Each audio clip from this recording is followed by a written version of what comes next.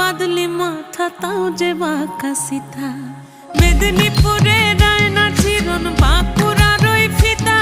আর যতন করে বাঁধলি মাথা তাও যে বাঁকা সিথা পেছ পাড়িয়া রাজকুমার